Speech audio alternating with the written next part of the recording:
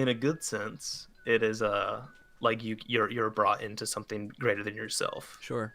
which is a little bit of an answer to like what is the human experience. Yeah. Everyone wants to be a part of something greater than themselves. That's why, like you said, people root for sports teams so Sure. fanatically, and people cuss at the ref, and Yeah. knowing good and well that they're not going to get a result from it. It's an own personal thing, but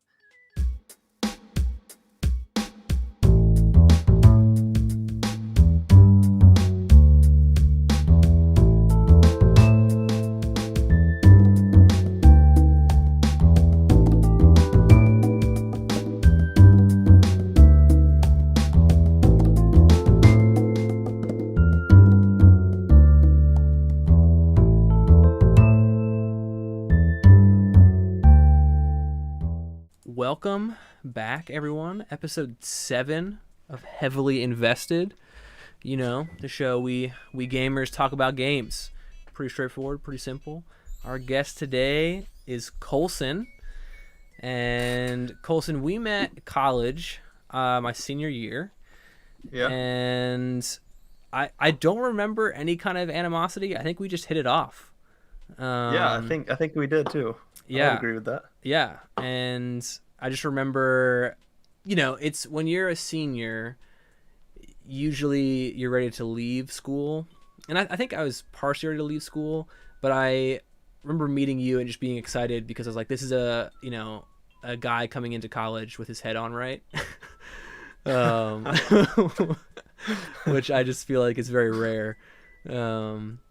And, usually it takes a year or two of college to really beat you around a little bit, and then you're like, oh, okay, like, I know what's going on, and even then you still don't know what you're doing. Yeah, I will say, I'm glad I came off that way. I can assure you that I didn't have my head on straight. Made a ton of mistakes, and it took about 3.5 Yeah, 3.5 years to really. sure. I'm a senior now for everyone who's listening, so it's been Nice. 3 years. Yeah, So that's crazy. yeah, But yeah, it's a college is a crazy thing, and it's funny. I was listening to a conversation on a podcast the other day, and it was basically the guy was saying, like, if you want your child to like develop social skills and understand like how the world works as a whole, send them to college. Like his whole conversation, yeah, he was like, no part of his conversation had anything to do with learning things yeah, or like education. It was just like, that's where really the social aspect of how people interact together really takes place. Which I think, I really, for me at least, I remember anytime I'd call home and I'd have things to complain or like I'd have problems, they were never about school. I remember my mom said yeah, one time, for she's sure. like, every time you call home, it's always like a social issue. And I'm like, well, that's the only thing that goes on here.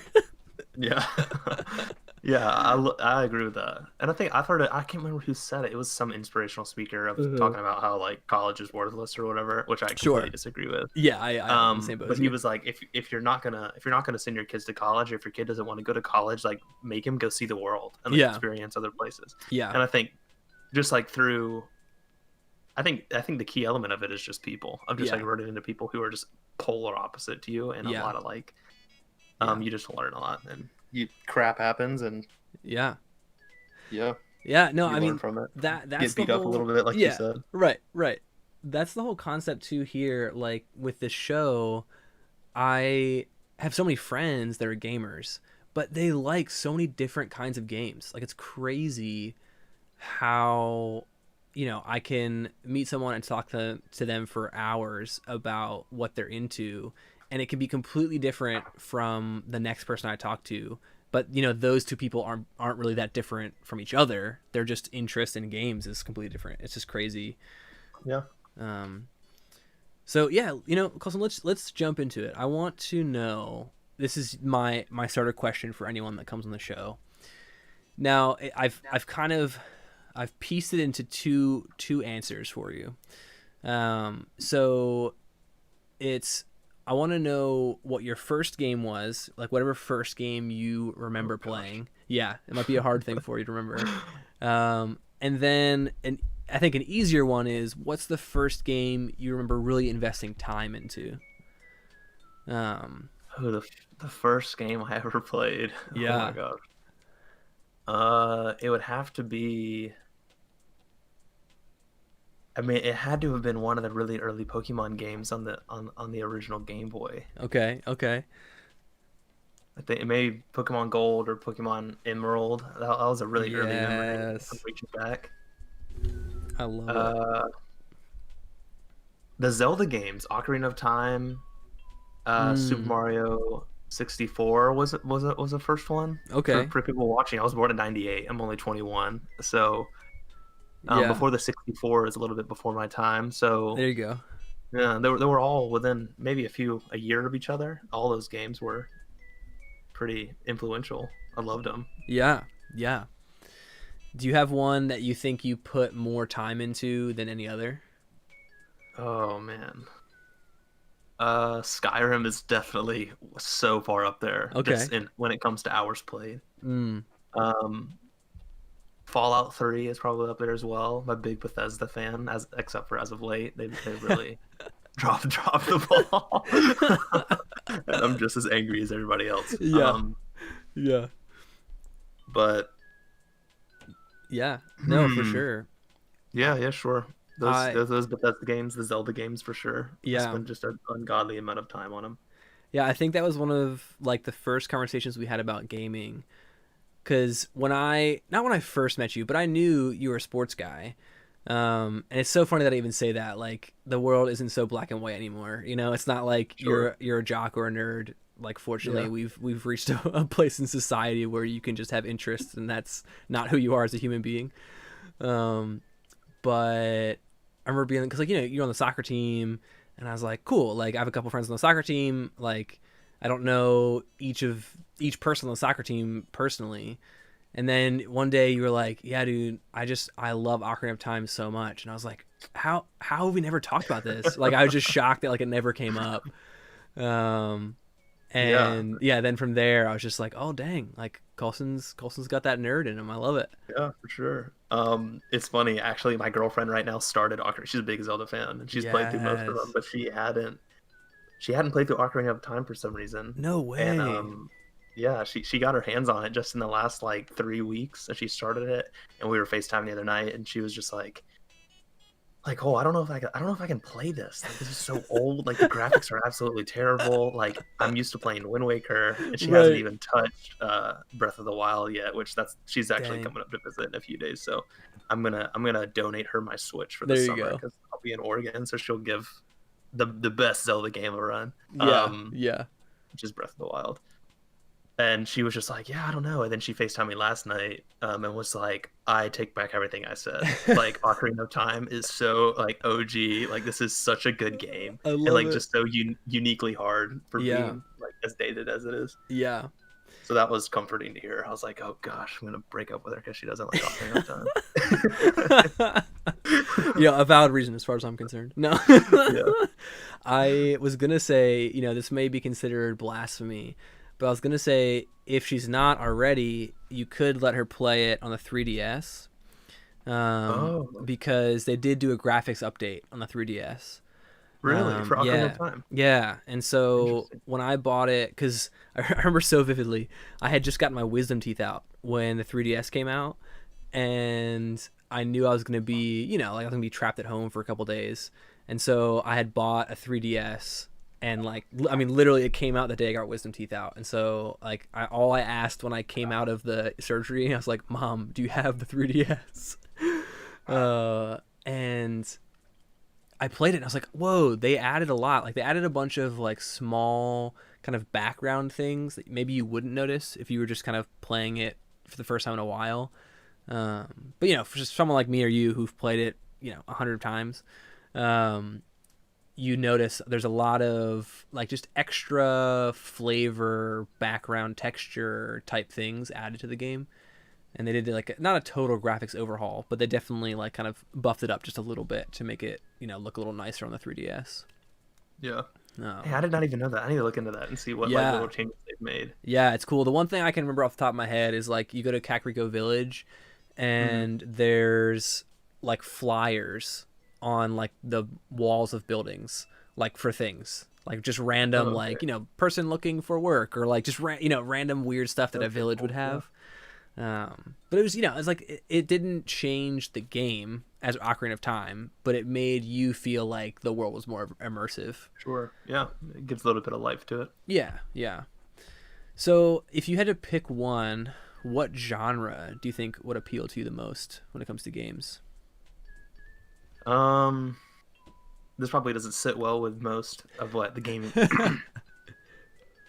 excuse me, of what the gaming community is now, but just like a single player RPG, man. Like we talked Dude, a lot about Zelda and a lot of yeah, Bethesda titles, and honestly, as of late, I just have been I've sold my time to the little free time I have to playing Call of Duty because it's just appeasing to the sure, senses, and you can just sure, sit down and turn it on and play it for a while, and there's no progression really or whatever. right.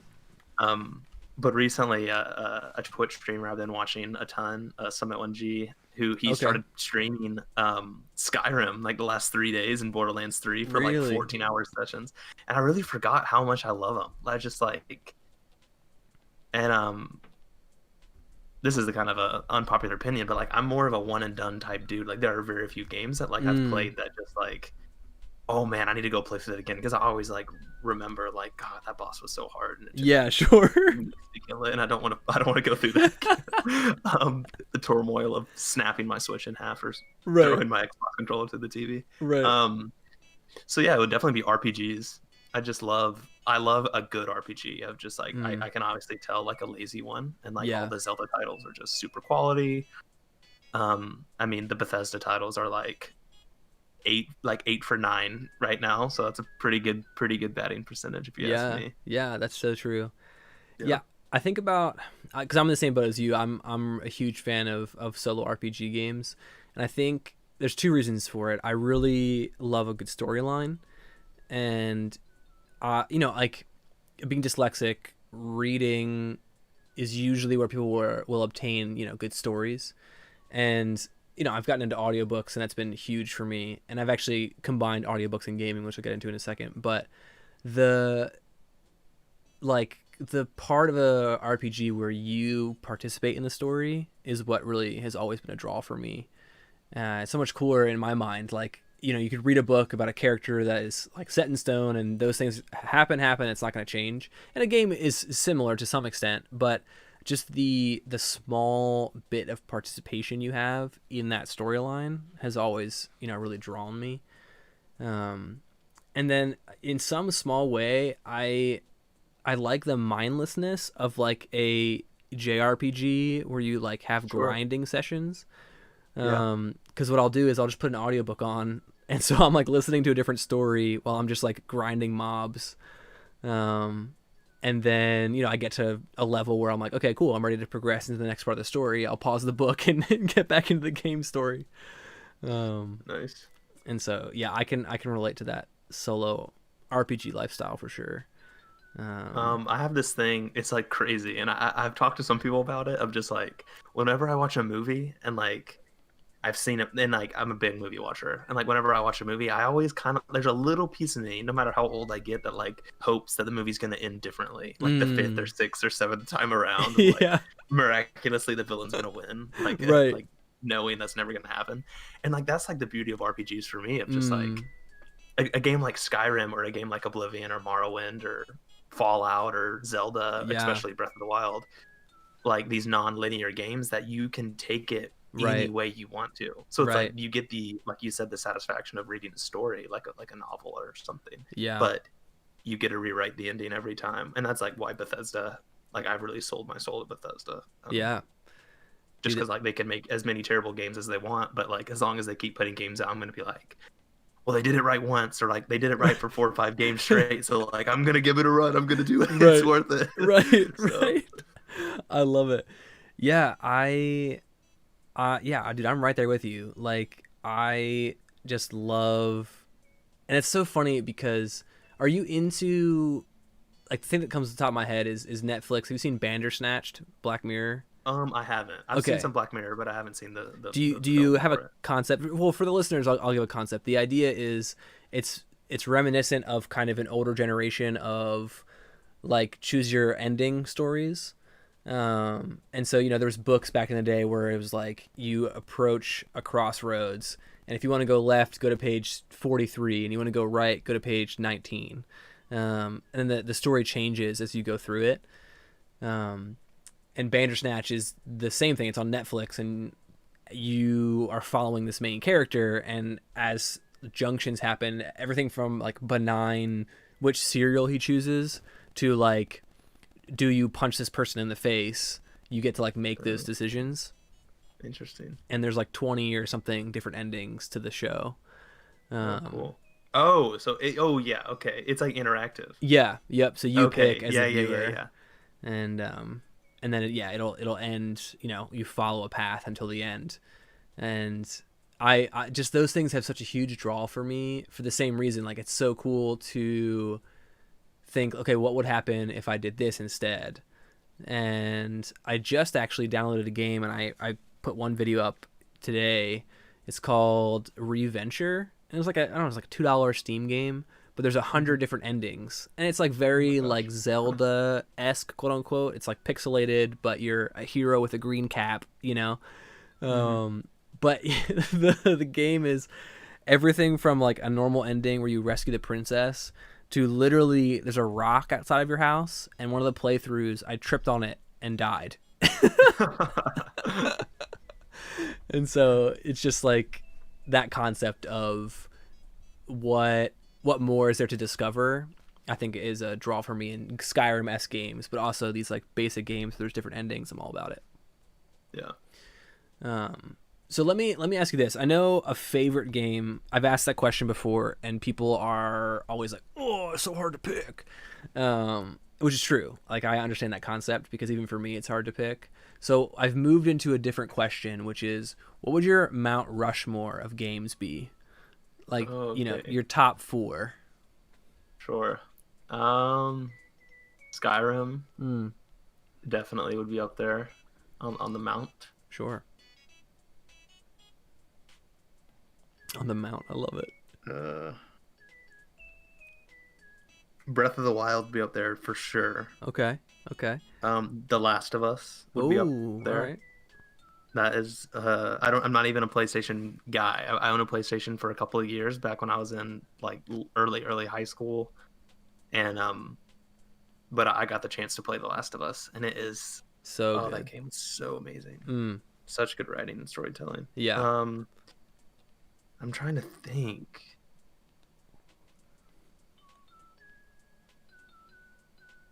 Honestly, I didn't even play this game, Okay. but I watched a complete playthrough of it Oh, wow.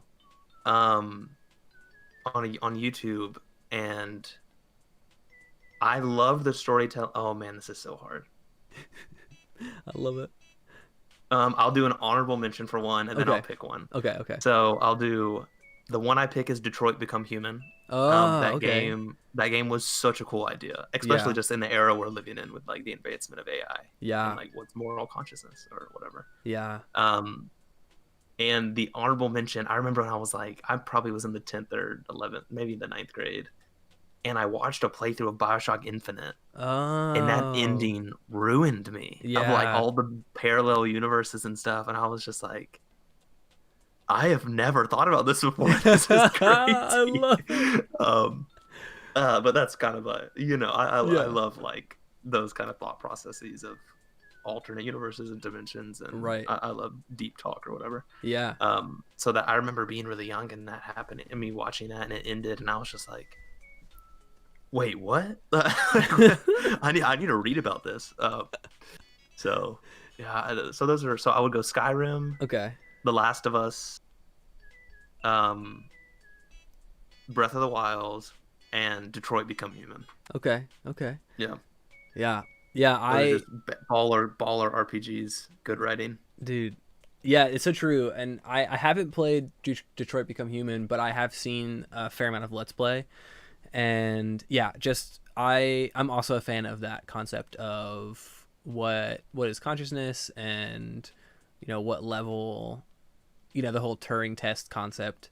um and I think it's just Ex Machina That have you seen that movie? Yes. Yeah. Yes. I was gonna bring that up later. Dude, Yes, dude. that movie's so good. Yeah, it's I so really recommend crazy. that movie if you haven't seen it. It's so good. Yeah, it really just like it makes you question like what is humanity. The scene where he cuts his skin.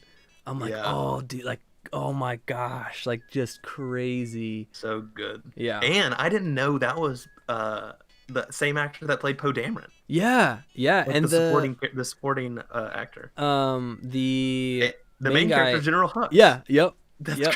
that's It's crazy. it's so crazy. I didn't know that until after the movie had ended. And I was just like, oh man, that's wild. Yeah, it's so crazy. They worked on that one and like, all right, let's go do Star Wars now. Yeah. This is just a funny little thing. Yeah. I watched Ex Machina probably 6 months ago for the first time. Mm, And then I got really into this Netflix show called World's Most Extraordinary Homes, that I would just like watch before I go to bed. sure. And it was like a couple days after I watched Ex Machina, and then this house like up in northern, like Norway or something showed up, and I was like, I've seen this house. Like, where do I know this house from? And I did some more research, and it's the house they shot Ex Oh, Machina that's in. so cool. And I was like, oh, that's crazy that it just like happened. I thought I was like losing consciousness and simulating. Wait, simulation. There's a glitch. Yeah, so it was interesting. Nah, dude, I'm all about that. Yeah, it's an interesting topic that I think, yeah, I think I would like to talk about a little bit. The idea of we, as games get better, and as graphics get better, what's the end goal? Like, do we want graphics that are real? Like, we're starting to see the emergence of VR. And it's not good. Like Yeah. like the best game is VR chat right now, which is like, Scary. yeah, yeah. But at some point, my brain tells me at some point we will have the capability to simulate some kind of world that is playable. And Yeah. once we get to that point, buffing the graphics and making it more interactive, just gets easier and easier in my understanding. Maybe it'll be like the 80s and virtual reality will die out and people will be like, oh, this is dumb and we're not going to do it anymore. But Yeah. I don't know. Like, what are your thoughts on that? Do you think we'll ever see like a semi-realistic VR game? Yeah, sure. I think it's inevitable. I think like with the like the production of AI and the advancement of it, Mm, it yeah, I mean if people want it and people are going to pay money for it, then yeah. I think it's going to happen. I think it's inevitable. I'm not on that team. I'm a little bit more on Elon Musk's team of just like we need to do everything we can to maybe try and put a cap on it. But as you Mm, said, at best, that genie has been out of the bottle. yeah. And there's no getting it back in. Yeah. I think it's gonna happen for sure. I think we're already there. I mean, Mm, I've messed around with a couple of my friends like Oculuses or yeah. Oculi. What's the plural for Yeah. Oculus? Good Crazy. question. Um, whatever. And it is crazy real, just Mm, crazy real. Like you can just put yourself anywhere yeah. through like horror or like adrenaline games or whatever. Yeah. And I think it's all good and fun, but yeah, the point when it becomes like an MMO or Right.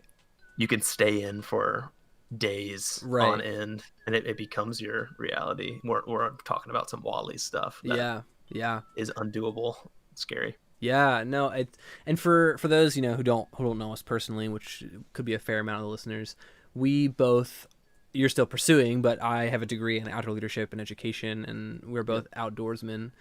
And a big discussion I would have with both people in my major and people who would teach our classes was the concept of VR and how that affects the outdoor world. And I won't get on my soapbox because it's it's a personal topic that I can talk about for ages, but I do wonder because half of me wants it real bad. Like half of me wants virtual reality, like Sword Art Online, like, like some part of me like wants to be trapped in a video game where like math rules the world, like it's all planned out and like if I swing this sword 7 million times, my sword skill will go up, and I'm not gonna deteriorate muscle mass as I don't swing my sword. Like that concept of Yeah. a game has always been intriguing to me. And then the other half of me is like, well, am I forfeiting my ability to live my real life for something that isn't, like that whole argument. Yeah. Um, but I think you're right. I think it's the concept of once, like the genie isn't fully out yet, but once it is, you can't. There's no stuffing it back in. Yeah. For sure. Once you get exposed to it, I think. I mean, I haven't even thought about that Yeah. because, like, I do consider myself, a gamer, and I love to play video games and stuff. But I probably equally spend, probably not through quarantine. Before quarantine, I Sure. spent equal amount of time climbing or like Yeah. whitewater kayaking and being in the outdoors. So Right. yeah, I mean, I haven't even given that too much thought of how it affects it because it Yeah. hasn't really affected me personally. Sure. The whole concept for me, I break it down into two parts, and there is, in theory, there's a book here that I want to work on. That's way down the line when I have the ability to fathom writing a book.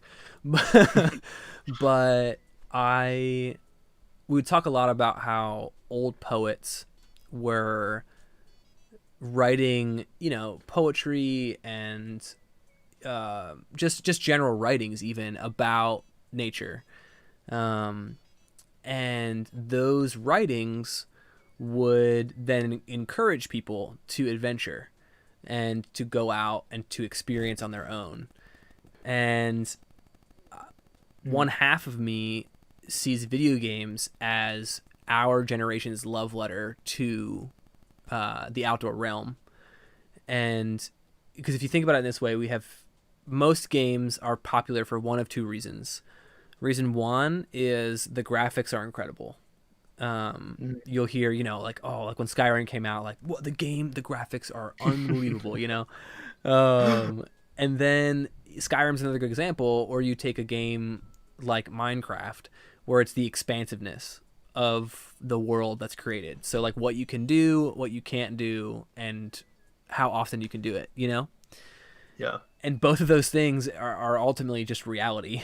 Like, yeah, for sure. we don't have to worry about graphics so much because we see what we see and we don't see what we don't see. But people want to do things. People want to go rock climbing. Yeah. People want to kayak, whatever. And so like I said, yeah, don't get Yeah, on the soapbox, but yeah, man, I haven't even thought about that. I think the comparison for me that's a little like unsettling is like when you're reading, especially when I'm reading a book, like yeah, when I'm reading a novel. I'm reading through Dune right now by Frank Herbert okay, because the movie's coming out in December. It's supposed to be anyway. And I construct these like images of like what the planet looks like, or if you don't know what mm, Dune is, it's a sci-fi novel. It's like the grandfather of all sci-fi novels. yeah, Like of what the planet looks like and how these people look and how the castle looks, and you construct these things naturally through reading, like you said, poetry about, let's say, the Eiffel Tower or the sure, Swiss Alps. And it's different constructing these images in your mind and then going to see them in real life and being overwhelmed by yeah, um, like a literal image of it in real time.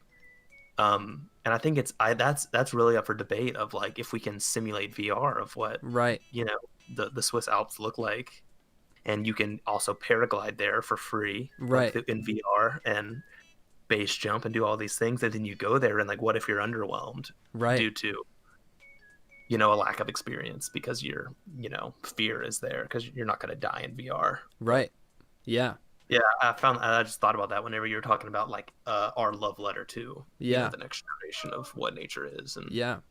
that's interesting to Because see like what's going to unfold. right, yeah, because even for us, a big part of our program and our degree is the concept of risk and Yeah, how risk, when appropriately harnessed, is a great avenue of growth. And I'd even go as far to say the most impactful growth is often accompanied by risk.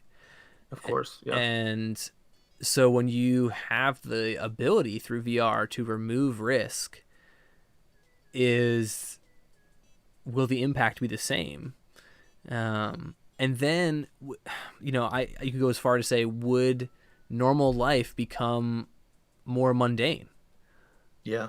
Um, yeah, there's a lot to it that I find intriguing, and it's a dichotomy for me because I both desire that VR reality in the future, but the other part of me also like wants people to still like my ultimate hope is that VR becomes actualized in a way that is, MMORPGs like the best it could be, but those games, instead of detracting from reality, they push people into reality Yeah. because you can do whatever you want in this virtual reality world, but in real life you come back out and you're still like awed by the smells, the tastes, like the feel.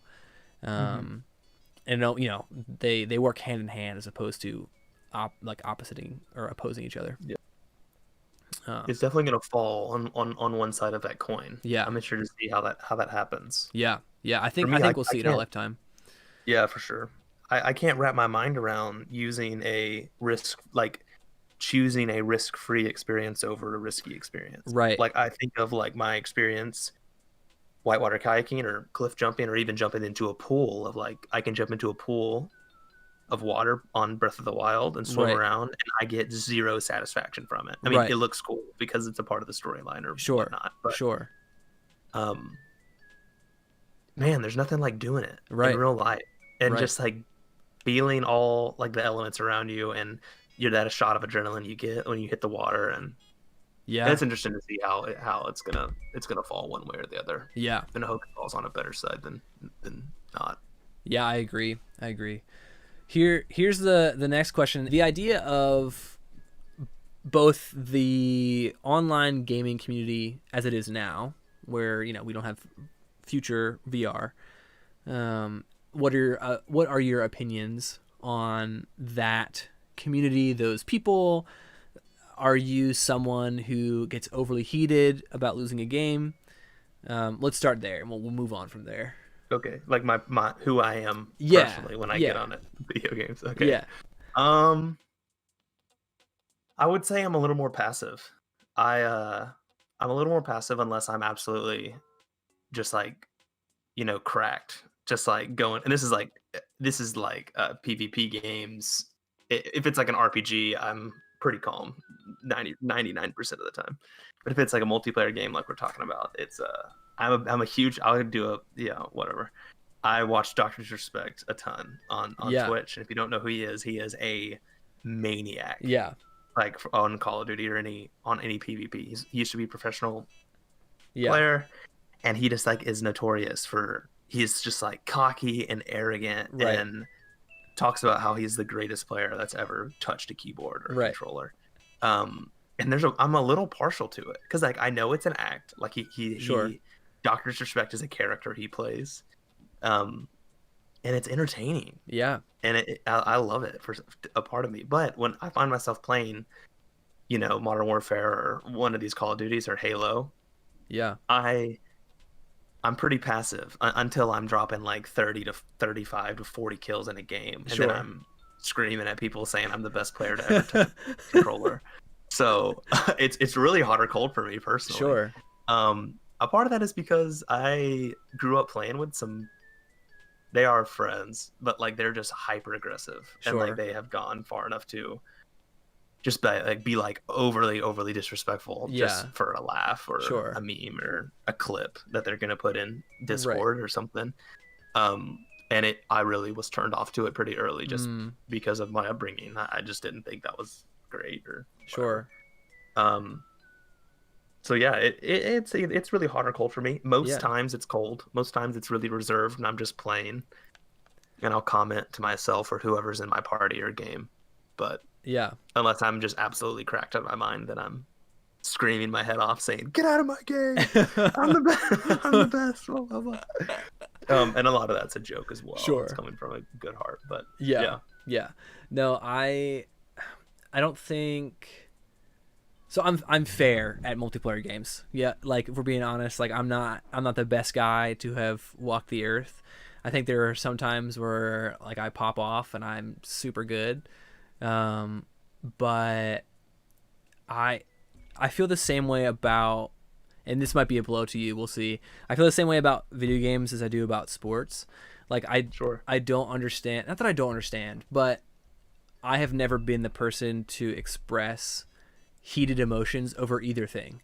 Um, like my dad will, yell at a ref, and I like my entire childhood, I'm just like, Dad, like he can't hear you. Like, what are you Yeah. doing?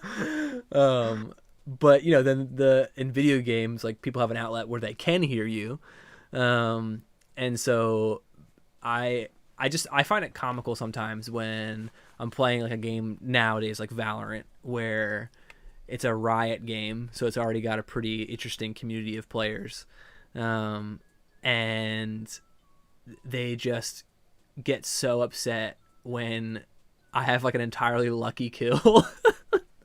Like it's pure, like there's no doubt in anyone's mind that I killed them out of luck.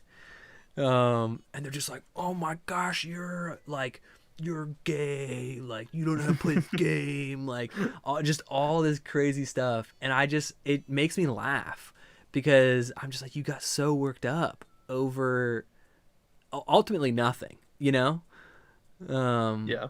because I don't think I've ever played against anyone that's ever actually making money off of the game. So like, it's just some Sure. other guy who's probably 18 in his mom's back room, like getting pissed at a video game. Um, and so yeah, it's not that I don't understand it. Like I understand the emotions behind something that like you have direct control over. Um, but toxic communities and people of that nature have just always made me laugh because I'm just like, Sure. I feel like I'm similar to you where I was turned off by it. Like it's just not that I'm not participating actively in it. Um, and for me, it's always funny because like I'll say things that make no sense in response, and they just get more mad. Yeah. um, but what do you think? Yeah, what's your view, or why do you think video games can be such an emotional experience? Hmm. I think in a good sense, it is like you're brought into something greater than yourself, Sure. which is a little bit of an answer to like what is the human experience. Yeah.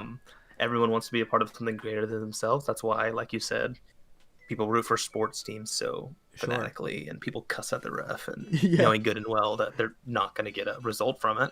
It's an own personal thing, but Yeah. um, yeah.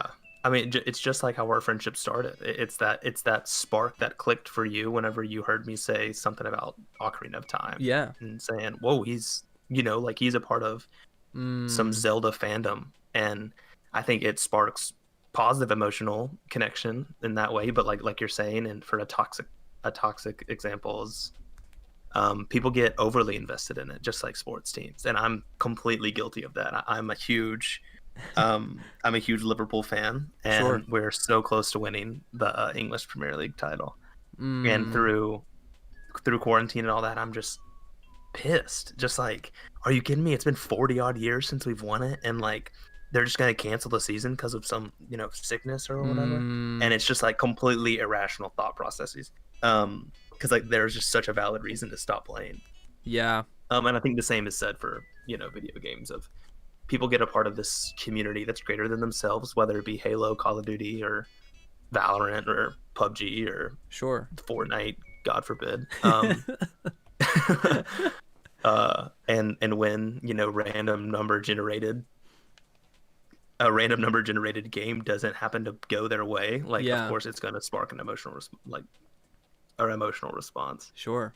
Um, yeah, and I think a lot of it has to do with the shot of like accomplishment and adrenaline you get like when it comes to BR, or like winning a search Mm, and destroy match, of like when you win, because like yeah. it's so far, especially for BR, it's few and far in between. Like Right. you don't win every game. Right. So Yeah. That. just as when you would freak out and celebrate when you win, of course you're gonna scream out and punch your keyboard or throw your controller whenever Right. 9-year-old Timmy domes you from 400 meters away, like a complete lucky shot. So yeah, I can see it from both angles in a positive and negative light. Yeah, yeah, for sure. No, I think that's great, and you're right. Like you play Halo, and a match is 15 minutes tops. Yeah, And you win a match, and you're like, all right, like like cool, like that was fun, like we did good. If it's a great win, it's a great win. If it's a great loss, it's a great loss. But you play, yeah, BR, and you're putting, if you win, you're putting like 40 minutes into a round, sure. Yeah. and you come out on top, and you're like, man, 100 people started this game, and here I am with my four dudes, like, I'm a god. yeah, right, right. Yeah, there definitely is a sense of power, and I think even the accomplishment in the place you belong. Like people, let's say you write a book and it sells a lot of copies. Like that person probably feels the same way that we do because they, in their place that they want to belong, as an author, they have now reached this plateau of, okay, I've been recognized by other people in my community, and whether or not you're actually recognized as a winner of a BR round, like you feel as though every other person who died has been watching the whole game, and they're like, Sure. oh man, like that guy did it, like he won this Yeah. game. Or like whenever you start like really popping off, like you said, and you have like Yeah, 4 or 5 spectators that you can yeah, see like yep, watching your screen, and yep, it's just like, I actually am a god. yeah, Like right, I'm right. nice. Right. Yeah, I remember a time I was playing PUBG, and they had this crazy mode for like a month where there was 8-man squads, Oh my and god. yeah, it was madness. We had, I was so much fun because you'd get paired with just the most random people, and I jumped into a squad with a bunch of randoms, and there was like 4 people who were together in this group, and then like me and 3 other random people, and the 3 random people were just smoked in the beginning, and then 2 of the 4 got smoked, and it was me and the other 3, and like we started lighting people up, and I think I had like 4 kills at this point, which in PUBG is pretty crazy. And I go into a building, and I wipe a squad in a building, and at this point now there's no one left on my team except for me, but all 8 of the people are spectating me, and I'm like, oh my gosh, and I'm just like, I'm putting people down, and you're like, one guy's like, oh my gosh, he's like, what is this kid doing, like, who is this kid, like, and you get so hype, like you just get so hype. And even today I was playing Valorant with a friend, and he wiped the entire other team, and the whole, like, he was just putting them down, literally, like he knew it was gonna happen, like he was just going wild, and the whole time I'm just like, no, like stop, you can't do this, these people, like, these people have families, like cut them a break. um and so yeah, no, there's some strong emotions that can be connected there for sure. Yeah, for sure. So an easier question, in the online realm, we often have a gamer tag, a handle, some sort of account name, and I'm interested in, if you have one that you use often, what was the motivation behind that account name? Because most people have, like, a Yeah, fun story behind it. sure. I think I'll walk you through a brief Yeah, history. Um, through RPGs, it was always Cole. I never understood how people, which Cole's a shortened version of my name. Full yeah, name's Coleson. Which that's for the listeners. yeah, yeah, yeah. Fair, fair, fair. I never understood how people were gonna name their like RPG characters like crazy unique names. I was like, Yeah, I always wanted it to be me. Like yeah, I wanted it to be Cole. Like why would I name it anything else? So like when it comes to naming people in general, I would always use my name. sure. When it came to like when I first got it, like Xbox Live when I was like in middle school or whatever. Yeah, Man, what was my first name? I think it was Coleson 1022, which Okay. is pretty lame. My birthday, my name. I've steered away from that a little bit now. So on major platforms, I use Cornsby, which Okay. is like a mashup of my first and last name. Yeah. Just because I used it as a social media handle for a while, and people were like, "Oh, that's funny! Like, like it's your name smashed together. Like it's kind of unique." And I was like, "Oh, I didn't know it was funny. Like I was just doing it because it kind of like fit together, and I didn't have to use any freaking numbers." Right, right. Um, so when it comes to like concrete accounts, I usually use Cornsby. Yeah. And it's just who I am, my name. Yeah. But when it comes to stuff like Modern Warfare has moved towards, like when games are moving towards cross-platform, Sure. you create another, identity or Yeah. name in that realm. So it's like it's not tied to your Xbox or your Oh, interesting. whatever account. So I like to keep it like really light and funny. So as of late, because of Avatar coming out on Netflix, Oh, my Call okay. of Duty name is Uncle Iroh. And like I Oh, have not yeah. been in a lobby yet where people just like get a good kick out of it. And I'll like I love it. play like Chinese music in the background. Like when I join a lobby and they're all just like, "Oh, Cairo," and then some Dude. people like have never seen Avatar and live under a rock, Yeah. and they don't get the joke. But so yeah, like when it comes to more recently, I try and keep it funny. Yeah. Um, but pretty historically, I've kept it just my name. Yeah. I went through a phase where I was in like some like Modern Warfare MW2 clans and stuff, so I Okay. changed my name to like I don't know like phase whatever or like Sure. whatever it may be. I wasn't in phase clan or whatever, but I went through that period of time. Yeah. But yeah. Yeah. It's an interesting topic for me because I've had usually one account name, and it was almost always Zelda and Link. And that literally came from, I said, I think in the first episode of this podcast, my older brother made an instant messenger account for me back like, I don't know, I was in sixth grade probably. And we could not think of anything. And he just was like, it's going to be Zelda and Link forever. And like with a four. And I don't know, anytime I've had the prompt of like what would you like your account to be, what would your username should be, like it's always been Zelda and Link. And I think it was probably, I don't even know, maybe a year, like 2-3 years ago, I had this like prompt for like a real thing. Like it wasn't a bank account, but it was like a real online account for something that mattered. Like let's just say it was LinkedIn. Hmm.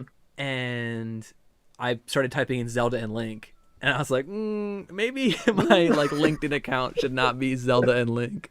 That's funny.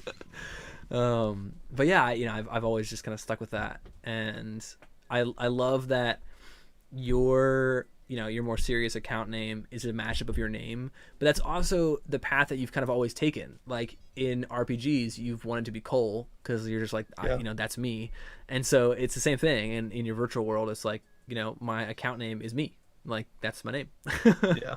which is cool. I like that.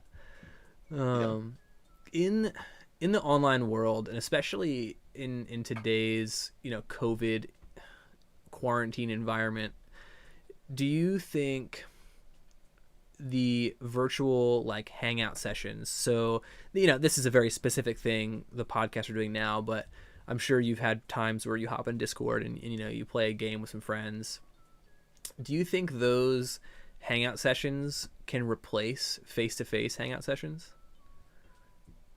Oh, interesting. Um, I don't know if they can replace them, but I value them all the same. Like Mm, when me and my boys get on and we play a game together or whatever, and I mean like not just for a few hours, but like a all night bender of just like we're all gonna get on and we're gonna game until 6 a.m., which is a rarity now, yeah. like in my friend group. Um, just because like half of them are married and Mm, we all have full time jobs that we have to right. get up for in the morning, so playing till 6 a.m. isn't rational. Um, would it replace it? I would say no. Mm, Um, just because I am just a ginormous fan of face to face interaction. I sure. don't think you really know someone until you've sat across the table from them Mm, and, shared life together and Yeah. formed experience. I don't think I would know you in the Yeah. slightest like I know you if we never met at college. Yeah. Um, so I don't think it's the same, and I don't think it can replace it. But at the same time, I don't think it's lesser than, or you Mm. know, I'm not negating a virtual experience ever, because if me and you happen to jump on Valorant or jump on some game together, Yeah. um, it's a memorable experience and funny things happen, Yeah. and you can clip it and save it forever. I think that's the beauty of Yeah. gaming together, of like, I don't know, we have memories together, and a lot of them I've forgotten and some of them I remember. But if Sure. you're playing online, it gives you the opportunity to clip it and really, literally capture a moment Yeah. together. I think that's a cool idea. I haven't really thought about that. That just came to me. Yeah. Um, so yeah, I guess that's my take on it. Yeah. No, I even, to bring it back conversation wise, how cool would it be to be in VR, climb in VR, and then capture that moment? Sure. Yeah, that'd be sick. Yeah. But no, I think I'm in the same boat as you. I don't think it can replace. I think it can supplement. Um, Especially in the current time we all find ourselves in, especially early quarantine. Animal Crossing, I said before, was huge when people had reached kind of the 2 or 3 week mark, and they're like, okay, like this was cool, but it's over now, right? And it wasn't. Yeah. And everyone was like, well, what do we do now? Like we're still here. I think games, for especially people of a more social setting, I think they found themselves playing games because it gave them a chance to revisit those social settings, despite the fact that they were trapped in their house. And Yeah, for sure. I'm in the same boat as you. I don't think you can negate the impact of a face to face moment. Um, but you're right. The freedom to capture a moment is huge, and the ability to kind of rewatch is just as big. So let's move slightly. I'm interested in, if you, let's say, it's a perfect world, and I am a big, I don't know, I'm Elon Musk, all right, and I've got millions of dollars, and I come up to you and I'm like, Coleson, I'll give you whatever you need, money wise, people wise, technology wise. I want you to make me a video game. What game would you make? Oh man. Like like from scratch? Yeah, I mean, That is like, that is that yeah, you don't have to like flush out a storyline, but like, what sure. what genre are you going for? Like, would you be mechanics over graphics? Like what would be your ideal game if you could just like put a team to it? Like, what would you want them to put together? Interesting. I don't know why. I'm a Star Wars fan, but I'm not Sure, the largest Star Wars fan. Um, and I think the games we've gotten through the years, besides the Battlefronts, sure. have done the gaming community a lot of justice. Let's clarify the new But like, Battlefronts, not the old ones, right?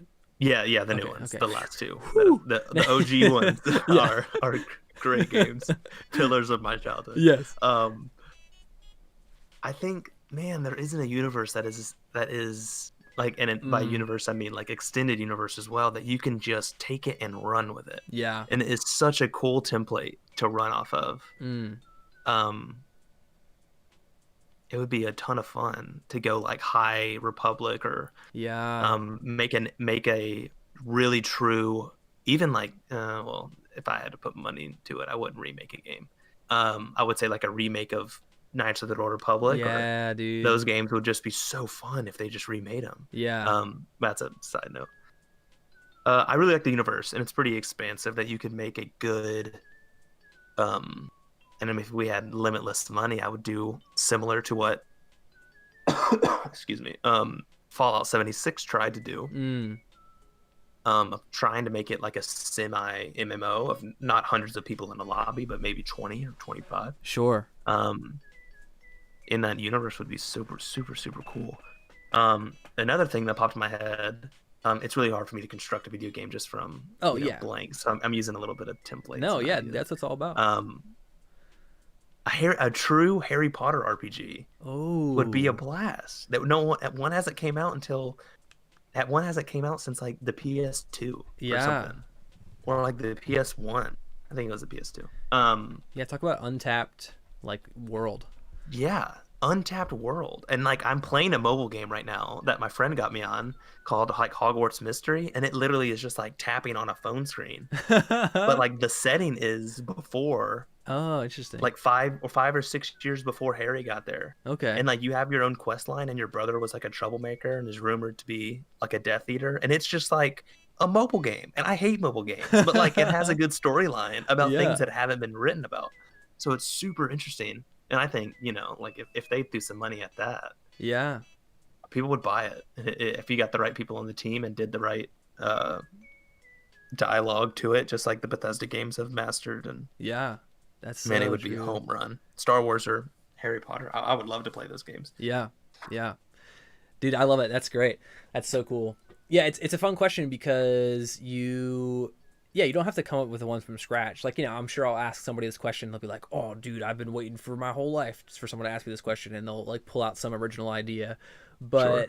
But the concept is there are so many existing story threads, and like why not, take it and weave it into a tapestry that you already kind of have going in your head.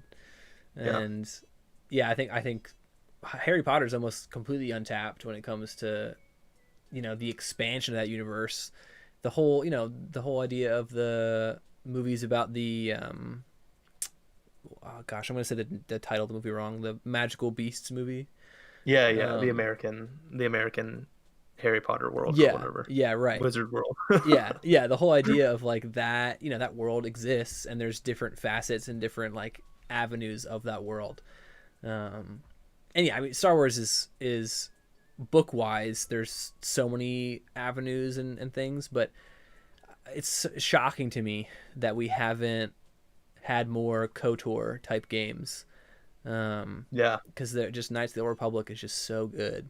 it is. And Man, that was an early game too. I can't believe I didn't mention that. dude, That was a really early game. so good. And I I remember fondly playing through those games and just thinking about the characters in your party and how Hmm. their stories like both mesh and don't mesh, and how they really like teetered and kind of worked that line well of your party's a weird like amalgamation of people that like shouldn't work together but they do. Sure.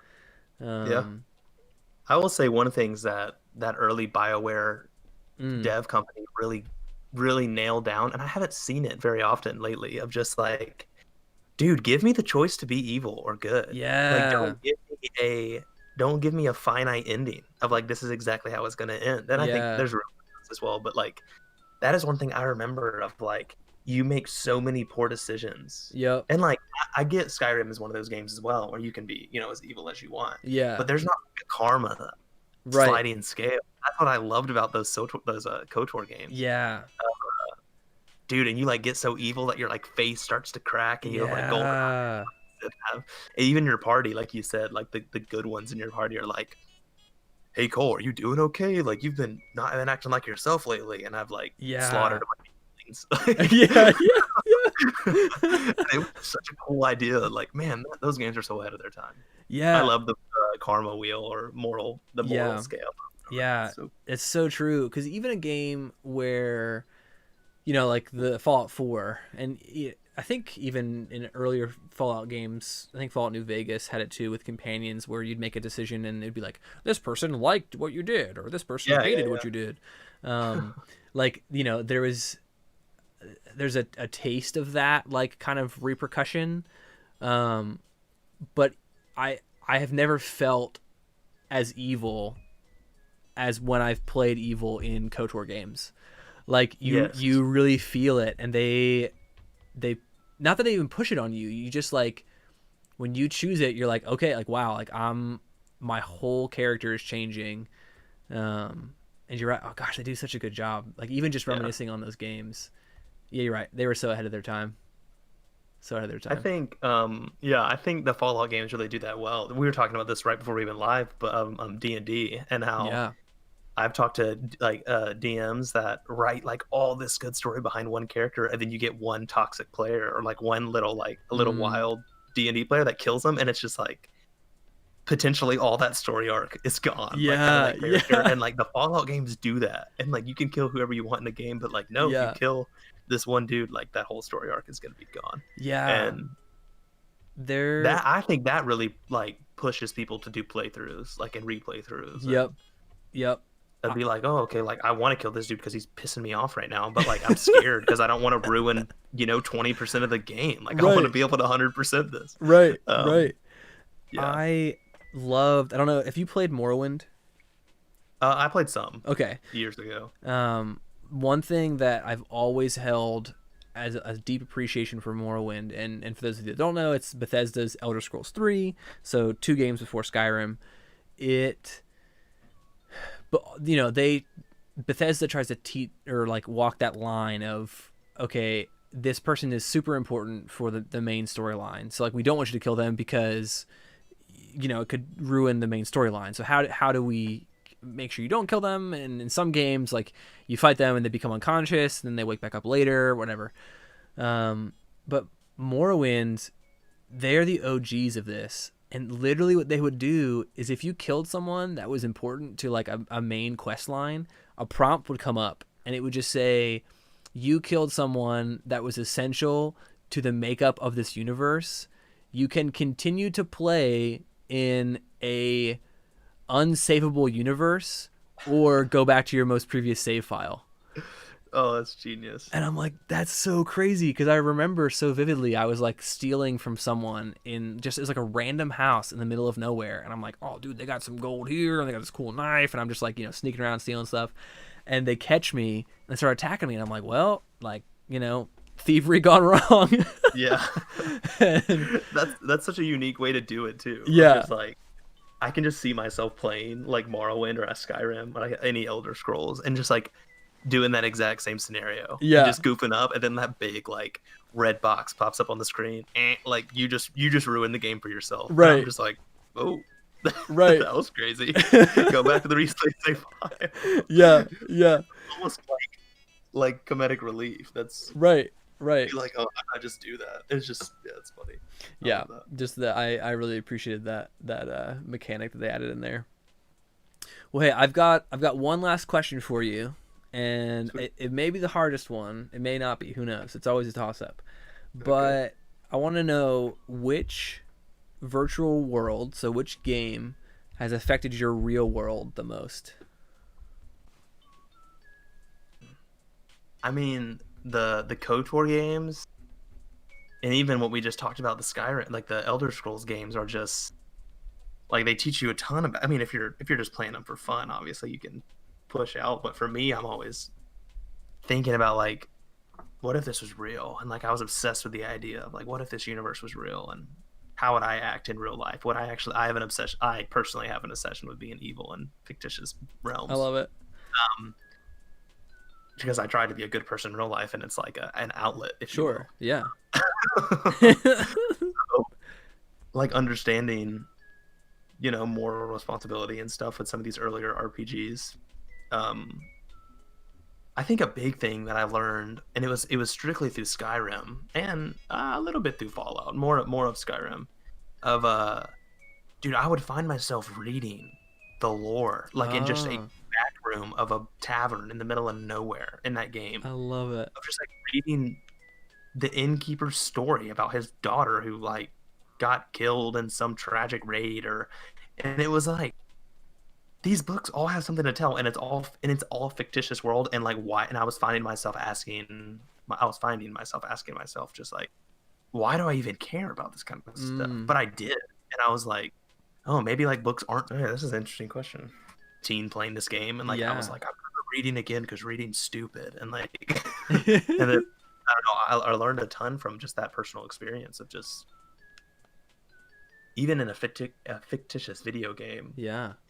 finding myself kind of like Inception, like double immersed into Mm, a storyline, and like who's to say that isn't true about every single book I pull up or pick up, or every yeah. conversation that I have with anyone. I feel like I'm a little bit discovering this like in the moment right now Sure. as well. Just like it was the first time playing through that game of just realizing that like everyone has something to say, and Mm, I should find it interesting, just like I found fictitious world interesting. Interesting.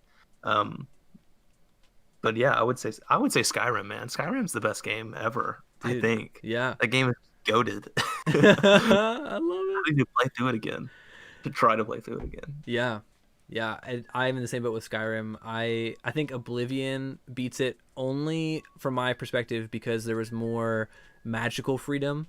Sure. Yeah. Um, but yeah, I mean, you can play through Skyrim, and once you get past freaking the first like Draugr dungeon, it's just like, Yeah. all right, what do I do now? Like, where do I go? Yeah. You can do Um, anything you want. yep, yep.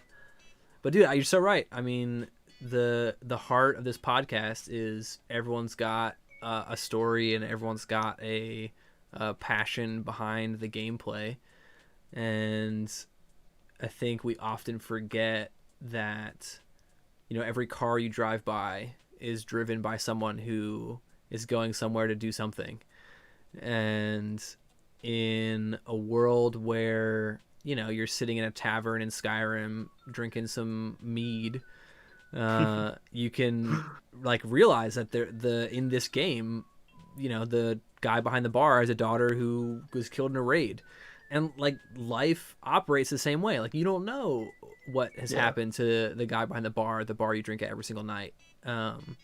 Or the guy down the street who walks his dog every single day and you say hi when you go get your mail. Like those people all have stories, and they're just as interesting as the ones you do know. So Yeah, for sure. that's huge. I love it. Well, Colson, thank you so much, dude. Thanks for being on the show. um Yeah, thanks for having me, man. yeah, I hope you had some fun. I did. It was a blast. It's always a good time to talk about games, and I love getting specific opinions, and even just riffing off each other, and seeing where it goes.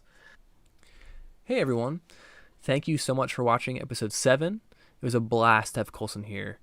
Thanks again, Coleson, for being on the show. We talked a little bit about VR and just what that means for the future of gaming, and whether we'll see that actualized or not. But I think we had really good discussions, and I love the idea of each person's story matters, and what that means for us as individuals and for us as a community of people.